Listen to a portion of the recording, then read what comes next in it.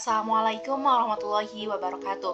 Perkenalkan, nama saya Neng Ena dengan NIM 2205062. Pada video ini saya akan menyampaikan analisis individu terkait manajemen risiko keamanan cyber yang disusun berdasarkan hasil observasi kelompok selama pelaksanaan praktik kerja lapangan.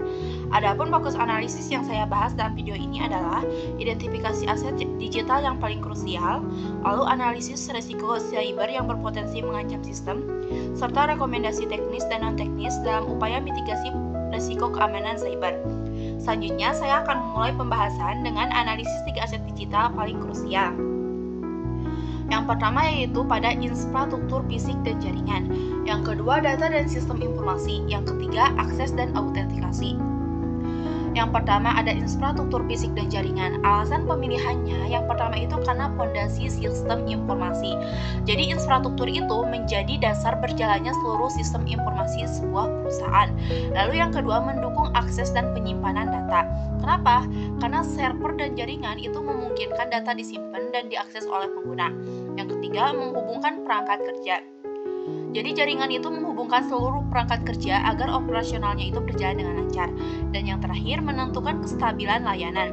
Kualitas infrastruktur itu sangat menentukan apakah layanan sistem dapat berjalan stabil ataupun tidak. Lalu dampaknya jika diserang, yang pertama itu sistem tidak dapat diakses. Jika jaringan atau server diserang, maka sistem informasi itu tidak bisa diakses meskipun datanya masih ada. Yang kedua, layanan operasionalnya itu terhenti. Aktivitas kerja perusahaan dapat terhenti karena ketergantungan pada sistem. Yang ketiga, potensi penyusupan pada jaringan. Celah pada jaringan itu dapat dimanfaatkan untuk masuk lebih dalam ke sebuah sistem. Lalu yang terakhir itu kerugian operasional. Gangguan infrastruktur itu menyebabkan penurunan produktivitas dan kerugian operasional. Lalu aset yang kedua yaitu pada data dan sistem informasi. Saya memilihnya karena yang pertama itu adalah data dan sistem informasi itu menjadi inti proses sebuah perusahaan. Lalu yang kedua, menyimpan data pelanggan atau warga dan transaksi. Yang ketiga itu mendukung operasional harian. Jadi sistem informasi itu menggunakan data untuk menjalankan aktivitas kerja harian seperti administrasi, laporan, layanan, sehingga tanpa data operasional itu semuanya akan terganggu. Lalu yang terakhir itu bernilai strategis dan hukum. Jadi data itu memiliki nilai strategis dan hukum karena harus dilindungi sesuai dengan aturan perlindungan sebuah data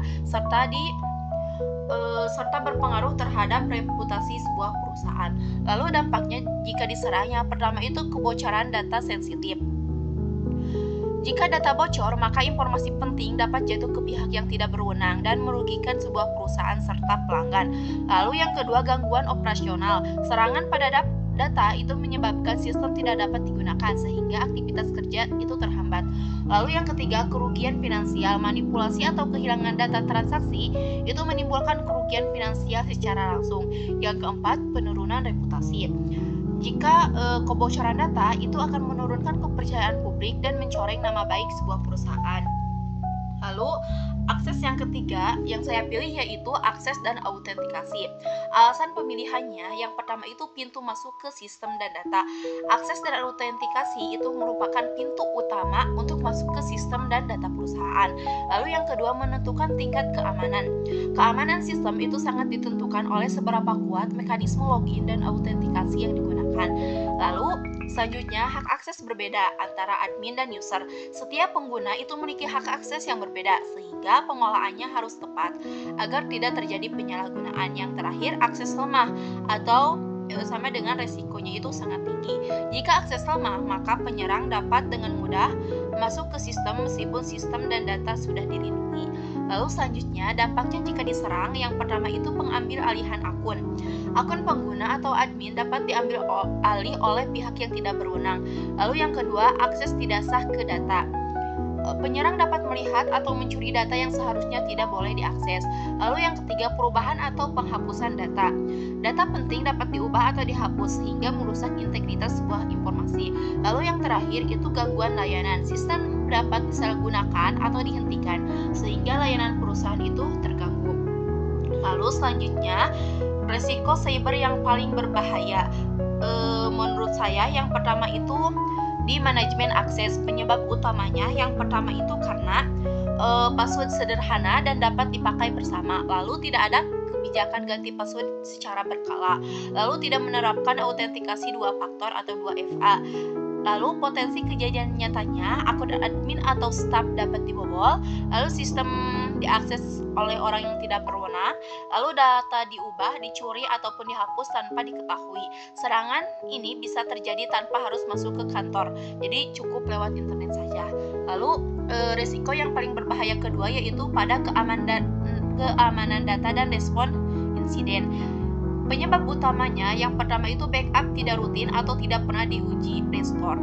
Lalu tidak ada SOP backup dan history recovery. Lalu tidak ada simulasi pemulihan bencana atau sebuah potensi. Lalu kejadian nyatanya yaitu data hilang permanen akibat virus. Lalu operasionalnya itu berhenti total. Lalu kehilangan data penting, entah itu data keuangan, warga, arsip dan lain-lain. Lalu kerugian besar karena sistem tidak dapat dipulihkan. Lalu selanjutnya ada rekomendasi teknis menurut saya pribadi. Yang pertama itu ada penguatan akses dan autentikasi. Yang pertama itu pada penerapan autentikasi 2 faktor. Itu sangat penting untuk menambah lapisan keamanan selain pada password. Yang kedua itu kebijakan password kuat dan diganti secara berkala. Lalu yang ketiga pembatasan hak akses berbasis peran. Lalu yang selanjutnya logout otomatis pada sistem. Yang terakhir monitoring aktivitas login. Lalu perlindungan data dan sistem. Yang pertama enkripsi data penting, lalu backup data rutin dan terjadwal, lalu firewall atau antivirus aktif, lalu update sistem dan software sangat rutin, lalu monitoring sistem secara berkala. Rekomendasi non teknisnya yang pertama itu pada peningkatan kesadaran dan kebijakan. Yang pertama pelatihan kesadaran keamanan cyber itu sangat penting ya. Lalu selanjutnya SOP keamanan data dan sistem itu sangat penting karena penggunaan akun akan membantu menciptakan standar keamanan yang sangat jelas. Lalu edukasi berbahaya pada phishing. Kenapa? Karena diperlukan untuk mengurangi risiko kesalahan staf atau karyawan itu sendiri. Lalu terakhir evaluasi kebijakan keamanan. Itu harus dilakukan secara berkala. Kenapa? Karena untuk memastikan sistem tetap relevan dengan ancaman-ancaman yang terbaru. Lalu refleksi untuk saya pribadi yang pertama itu menjadi pembelajaran terpenting tentang keamanan cyber. Kenapa? Karena saya dapat keamanan cyber itu bukan hanya terganggu karena teknologi saja, tetapi juga melibatkan manusia dan sebuah kebijakan. Lalu yang kedua, langkah pertama jika menjadi seorang admin IT. Jika saya menjadi admin IT, langkah pertama yang akan saya lakukan adalah melakukan evaluasi akses dan keamanan data untuk mengetahui potensi sebuah resiko. Lalu yang terakhir, kesadaran etika dalam data dan privasi. Saya menyadari bahwa pengolahan data harus dilakukan secara etis dan bertanggung jawab, karena data berkaitan langsung dengan privasi dan kepercayaan pengguna. Mungkin sekian dari saya, mohon maaf bila ada kesalahan. Assalamualaikum warahmatullahi wabarakatuh.